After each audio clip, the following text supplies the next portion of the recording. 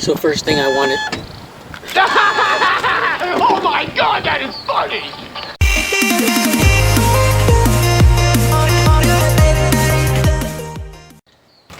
So first thing I want to say is, even though this video is going to come across as a complaint, I want you guys to realize that in no way does this diminish my love and affection for this car. I still love this car in every way, shape, and form.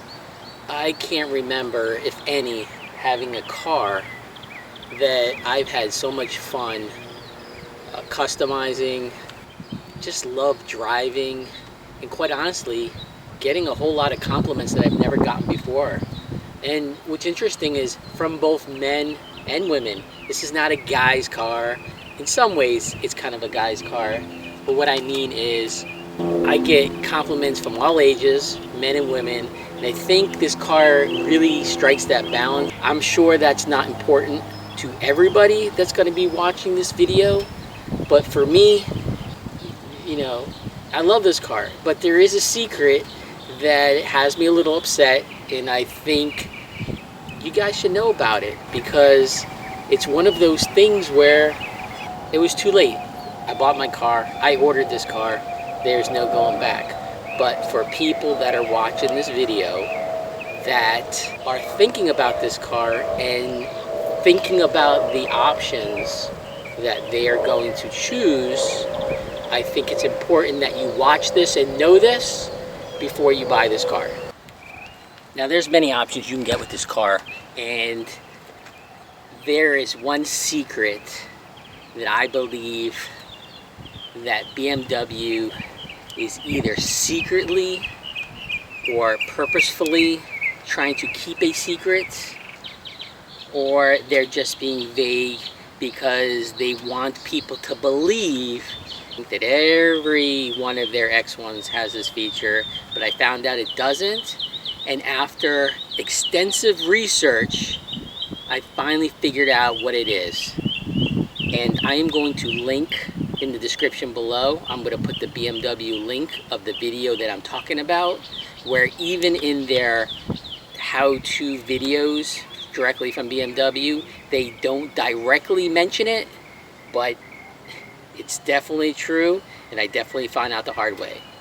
So what am I talking about? There is remote latches or remote releases that flip down your seats. Well, guess what? Look at here. Look at here. They're not there. So when I was choosing the options for this car, obviously you guys know every option you choose is a cost. And there's packages which make more sense to me, but then there's options, and options are one-off items, and they can get expensive if you don't watch what you're doing or you don't really choose what you need. And one of the options for this car was called adjustable rear seats, and what that was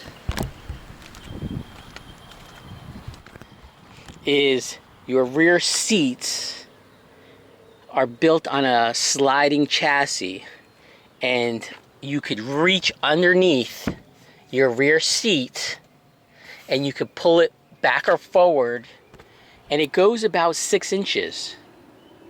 Now, that was a $300 feature when I was looking at this car, and I was weighing the options. Do I really need or want or have a use for my back seat sliding back and forth 6 inches for $300?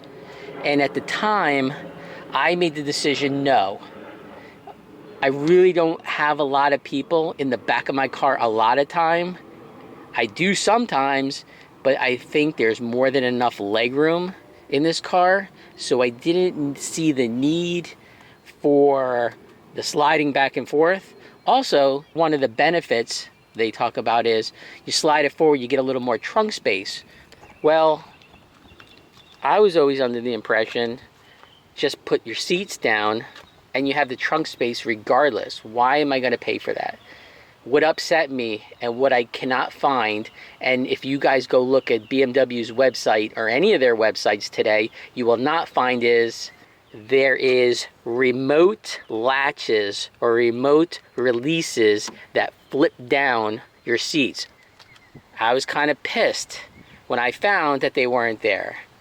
And then I later found out that the only way to get the remote latches is when you get the adjustable seat option. Well, this is what upset me. It upset me because $300 for moving my seat back and forth 6 inches, no.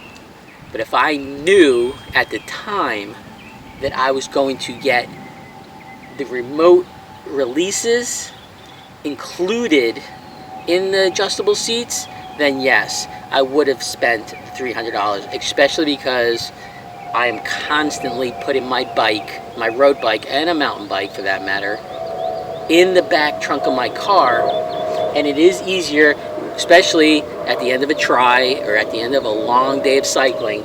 You want to come to your car, you want to hit a remote release, let the seats fall, throw your bike in and go. The tethers aren't that bad, and I will live with the tethers. I think I'm just a little bit disappointed that BMW, the websites, nor the dealership didn't clearly point that out to me. And like I said earlier, I ordered this car with all the specifications I wanted because there was not one on the lot or anyone I think in the area. So I specially ordered this from Germany. I waited a month, and the time I got it and the time I realized I didn't have the latches, I think it was too late. Yeah, could I have bought back the car if I made enough stink about that? I believe BMW probably would have done something, but at this point, I'm gonna have to live with it. Just a little bit upsetting. And this is a secret I think you guys should know, especially the ones that are thinking about buying this car. If you want those remote latches and you think they're going to be important to you, spend that $300 for that adjustable rear seat option. In my opinion, it's worth it. I've only owned this car for about a month and a half now, and as I start to play with things and kind of feel it out, I'll continue to make these videos.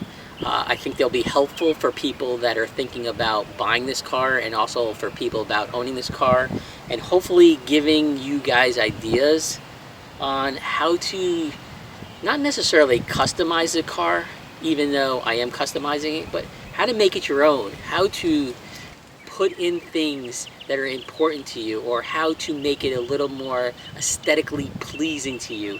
So I really hope this helps. This is going to be my video for today, and I plan on putting up another one pretty soon. Hopefully you guys enjoy it, and if you have any ideas, of course, just let me know. Average Jeff out.